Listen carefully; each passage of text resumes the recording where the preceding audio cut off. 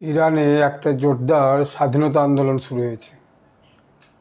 ইরানের রাস্তায়, বিভিন্ন শহরের রাস্তায় পুরুষ মহিলা নির্বিশেষে এবং মহিলারা অনেকেই সাধারণ পোশাকে প্রতিবাদে নেমেছে।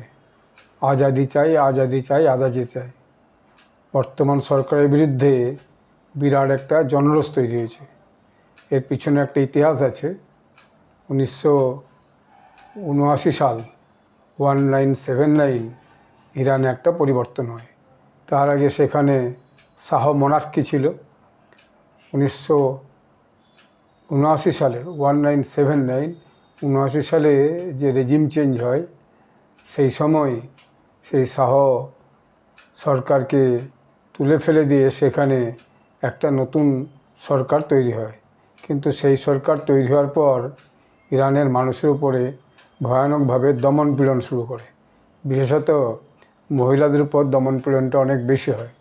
তার বিরুদ্ধে বিভিন্ন সময় ইরানে অনেক প্রতিবাদ হয়েছে, কিন্তু ইরানের যে সরকারের যে সৈন্যবাহিনী আইআরজিসি কঠোরভাবে সেই সমস্ত বিদ্রোহ, বিপ্লব বা যে অ্যাজিটেশন, তাকে কিন্তু দমন করেছে। এখন পরিস্থিতি এমন জায়গায় পৌঁছেছে, ইরানের সমস্ত জনগণ রাস্তায় নেমে এই প্রতিবাদে সামিল হয়েছে এবং এই সরকারের বিরুদ্ধে একটা ভয়ানক